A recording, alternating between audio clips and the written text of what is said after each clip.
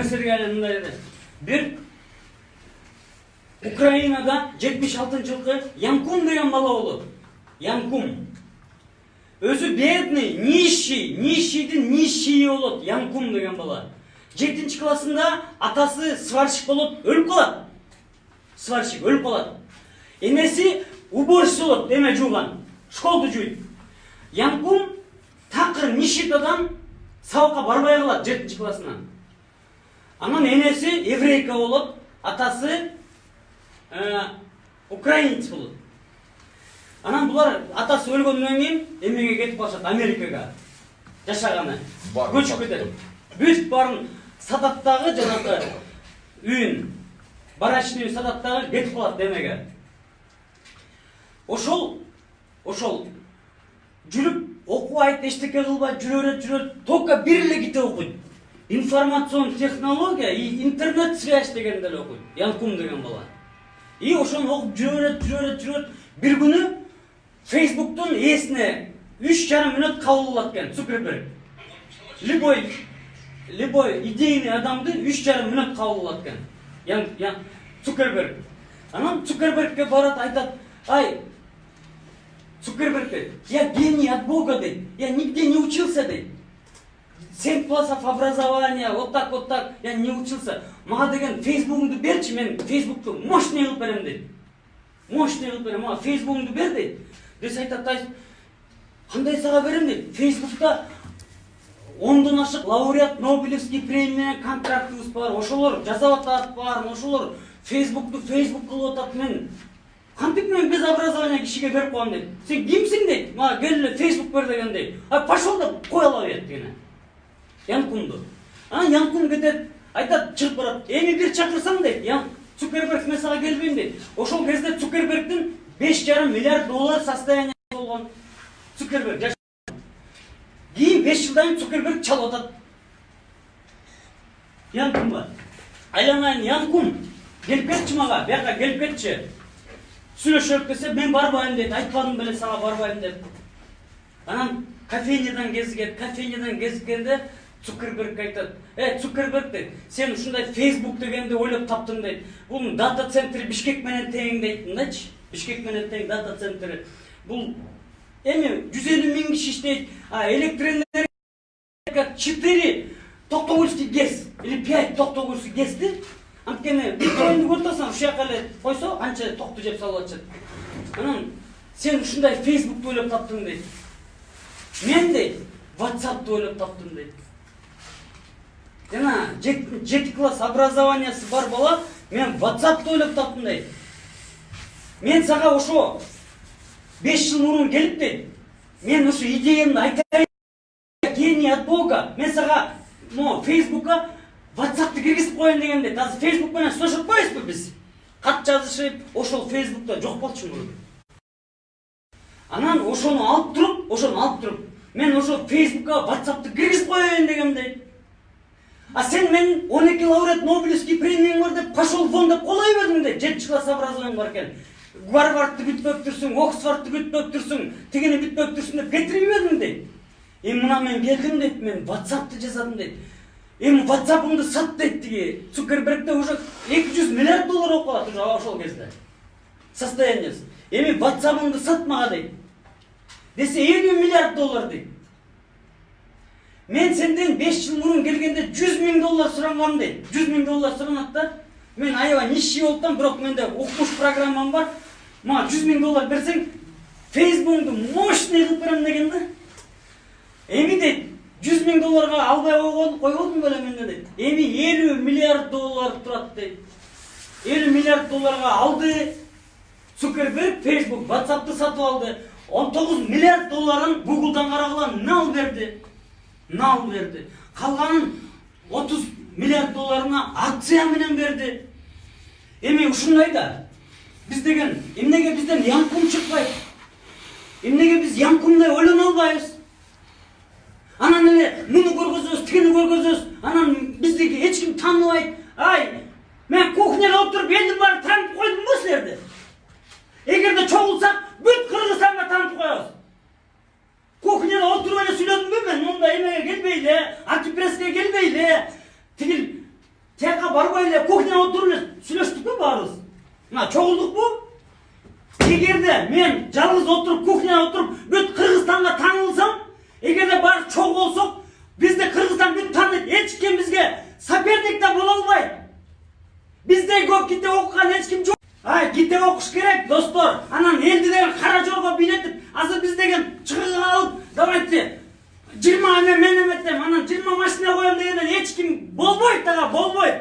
Антип элди hiç kim чыга калбаса мусор терип анан андай дешевый пиарларды токтотуш керек. Дешевый пиар, это дешевка. Түшүнөсүң? Дешевый пиар это всё. Эгерде мына мен жалгыз эмес ушундай элге таанылсам, мына азыр брат бар, мисалы. Мына канча киши турасыңар? Мына силерде мындай айтсак келдиңер турабы? Эми мындан ары андан да жакшы кетет. Азыр саясатчылар элди ала албай калды. Алардын кара жоргосун бийлейт, бүттү, кетип калат. Көк бөрүсүн эметеп 20 машинени коет го, ошол 20дан азыр кара жорго бийлечү, улак тартчу маал эмес.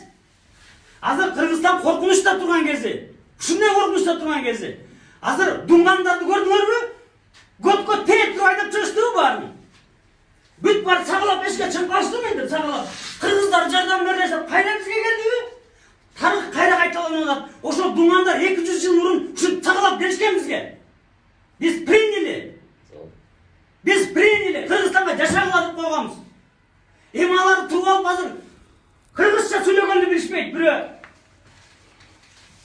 Мына кайра кетишти. Ошентип бизди эртең көткө тээп туруп калат жатат. Анан отурабыз ошол ойдо. Достор, ошол себептен биз Янкумдай ойлонолу. Цукербергдей ойлонбойлу. Янкум, ушундай көп китептер бар мен. Кудай буйрса, эртең мисалы бир жерге айтабыз да, эртең мисалы бир залда алабыз, чоң, мисалы кинотеатрда алабыз. Маяка кел дейбиз. Силер баары айтасыңар, келгиле, сонун экен. Ош жерден 1 сааттык, 2 сааттык ушундай сүйлөшүүлөр болот. Алар кетет, башкалар келет. Азыр кара жорго бийлеп сен айтып атпайсың менин. Сен де туура айтасың, эми кантип биз көрсөтүшүбүз керек. Бүт бар ойлонулду. Чоң ойду баарыбыз машвара менен эметебиз. Машварага салабыз. Ким амирсап болот, ошону машварага салабыз. Мисалы унчукпай турат, мисалы түккен мисалы. Может болбойм киши. Мисалы мен может бакылдап атам, мен может начар адаммын. Аны көрөбүз. Бүт барын чоң казап деген айтылгандан кийин чоң казаптан өйдө движение болбойт. Муну Манас атабыз, бабабыз өзү жазаган чоң казапты. Эми мындан ары ошо чоң казапка соответствовать этели. Жүрөк менен. Кетип баратып, мына баягы күнү эмеден кетип баратсам, жайында Держикада жанакы чөп кыргычтар бар го, чөп меткендер жана машинка менен. Ошо машинканы турсам, мынтип анында дөңгөлөгү бар экен да.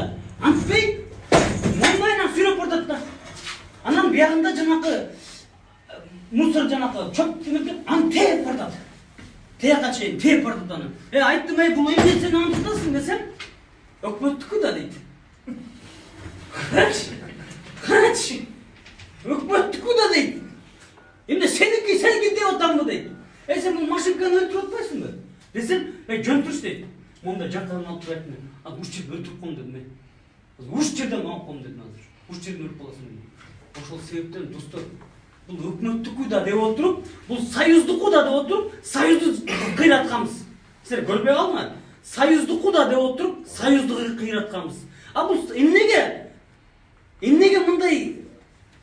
мындай берешендик эмес мамиле этсем, бул союздуку да түгөнбөйт деген. Түгөндү. Мына суу түгөнбөйт деп атабыз, суу түгөнөт бир күнү. Биз суунун башында турабыз. Суунун башында туруп алып, шорду элди мен көргөн эмесмин. 20 жылдан кийин алтын да баа болбойт. Туз да баа болбойт. Суу баа болот. Мисалы Европада 700 жыл мурун эң эле кымбат товар туз болчу. Туздан өткөн товар жок болчу.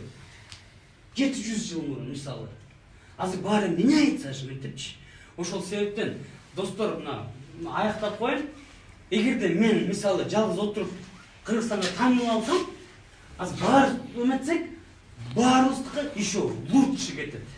Только жүрөктөн бири-бирибиз менен мындай ой айтылат, только карама каршы ой эмес, мындай таңуулаган ой эмес. Жардам ретинде ой. Мындай саясатчыларды бүттү сагалабагыла. Бүт кыргыздар Америкада Шадиевди тимеле. Ой, Шадиев, Аскарова деткен, Аскарова бияка келиңиз деп, турушат экен дейт. Ошол жакта 250 кыргыз, 250 кыргыз мына Америка көрүп атса, Аскар Шадиевич деп турат экен дейт. Айтпайсыңар ушар 2 миллиард доллар жеп алып, Кыргызстан канын соруп алып келген акмаксың деп айтпайбы бирөө? Эч ким айта албайт дейт. Анан эле Facebook'tan чим керек, анан былтык, тылтык, тигиндей мындай. Ошол себептен достор, акыңарга келгиле.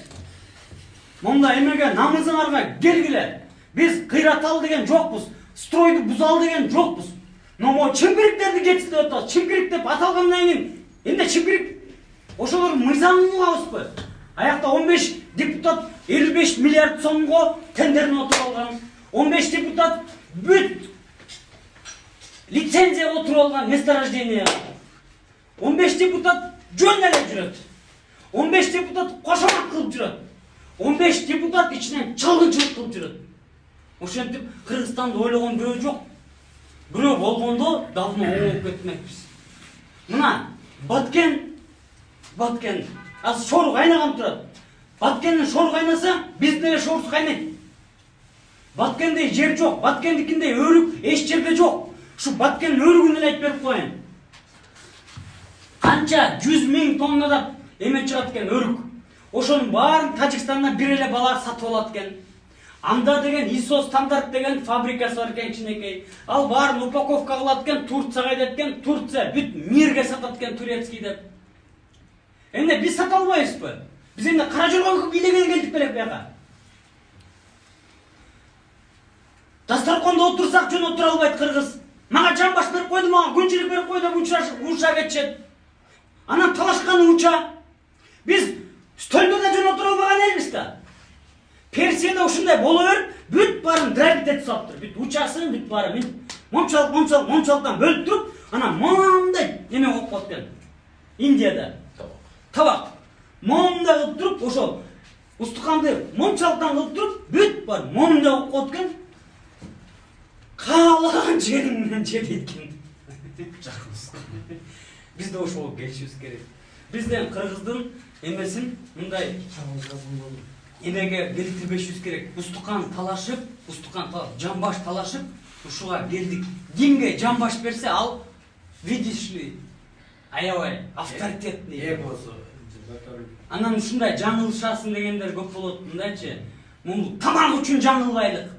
Ал киргенде сөрөөнө тамак. Чыкканда сөрөөнө бок. Анан байке азыр айтып берем. Ебал тамактан эмес да, бул деген эгертеден бери келаткан биздин каада салтыбыз. Анын баарын каада салттын баары деген, каада салттын баары рестайлинг болуш керек. Бүт баары рестайлинг болуш керек. Эмне кыргыздар укмуш эт жейбиз дейт. Эмне стейк жасаганды билбейт.